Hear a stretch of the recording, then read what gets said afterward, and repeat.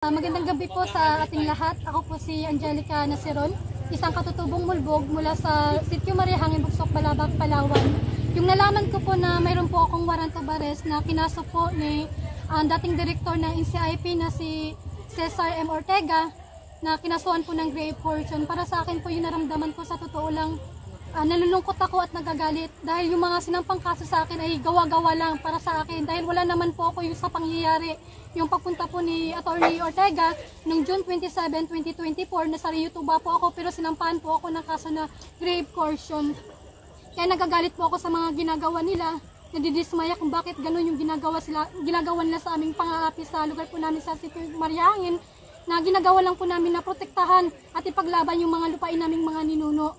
Gusto ko rin po magpasalamat sa mga tao na sumusuporta po sa amin at sa mga tao na tumutulong po sa amin, lalong-lalo na sa issue na kinakaharap po namin sa Sitio Mariahangin.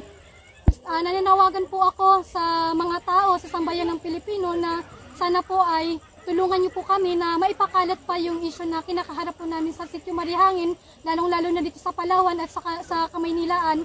Sana po ay patuloy pa rin po na suportahan po yung issue po namin upang maiparating yung panawagan namin po sa mahal na presidente na si Bongbong Marcos. Nananawagan din po ako sa ating presidente na sana po ay tulungan na po kami sa issue na kinakaharap po namin sa Sitio Mariahangin dahil hindi na po maganda yung sitwasyon na nangyayari po sa amin. Paulit-ulit na lang po kami na hinaharas po ng mga staff po ng San Miguel Corporation sa lugar po namin. Hindi na po makatao yung ginagawa po nila sa amin. Paulit-ulit na lang. Sawang-sawa na po kami sa mga panghaharas at panggugulo po nila sa amin. Gusto ko rin sana manawagan sa San Miguel Corporation na si Ramon Ang, sana naman po tigilan nyo na yung panggugulo sa amin. Mayaman na po kayo. Sana po ibahagi nyo na lang sa amin. 38 hectares lang po yan. Wala pa sa kalahati sa kayamanan nyo. Ibigay nyo na lang po sa mga mahihirap. Maawa po kayo sa mga katutubo na matagal na nakatira dyan. Dyan na sinilang sa kanilang tahanan yung lugar na yan sa Sitio Mariahangin. Huwag nyo na pong agawan. Huwag nyo na pong alisan yung karapatan. Ibigay nyo po sa kanila dahil sa kanila naman po talaga yung lugar ng isla ng Mariahangin. Gusto ko rin po manawagan sa mga ahensya ng gobyerno, sana po maging patas naman kayo. Tingnan nyo po yung sitwasyon ng mga tao sa Sitio Mariahangin, hindi na po maganda yung ginagawa. Ganito na lang ba nangyayari sa atin?